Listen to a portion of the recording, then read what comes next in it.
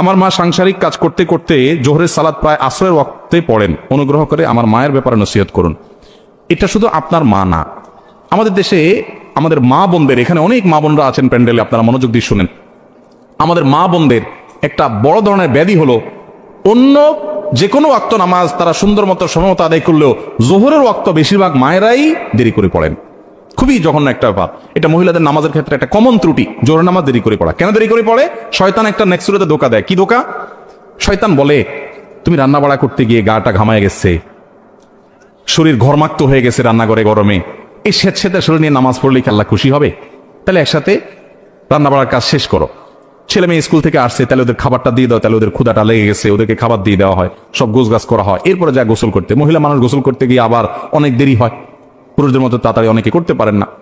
তাহলে এই সব করতে করতে দেখা যায় 3টা বাজে জোহর পড়া হয় তার সারা 12 মাস। খুবই জঘন্য একটা বদ অভ্যাস, এটা আমাদের মা বোনদের পরিহার করতে হবে। আপনার নামাজের ওয়াক্ত হয়ে গেছে, কাজে স্টপ রেখে দ্রুততার সাথে আপনি ওযু করে নামাজটা পড়ে নেন। গোসল করা জরুরি না। অনেক মহিলাদের সূচিবায়ুর রোগ আছে, গোসল করা ছাড়া জোহর নামাজ পড়বে না। গোসল করাটা আপনার নামাজের জন্য তো ফরজ না। যদি ফরজ গোসল না হয় তাহলে কেন আপনি গোসলের জন্য নামাজকে বিলম্ব করবেন? ওই যে আমার গোসল ছাড়া করলে আনফ্রেশ শরীরে হবে, এটা নেক্সট সুরাতে ধোঁকা। ওয়াক্ত মতো নামাজ পড়ার গুরুত্ব তার চাইতে অনেক বেশি। আল্লাহ আমাদের বন্ধুকে হেদায়েত দান করুন।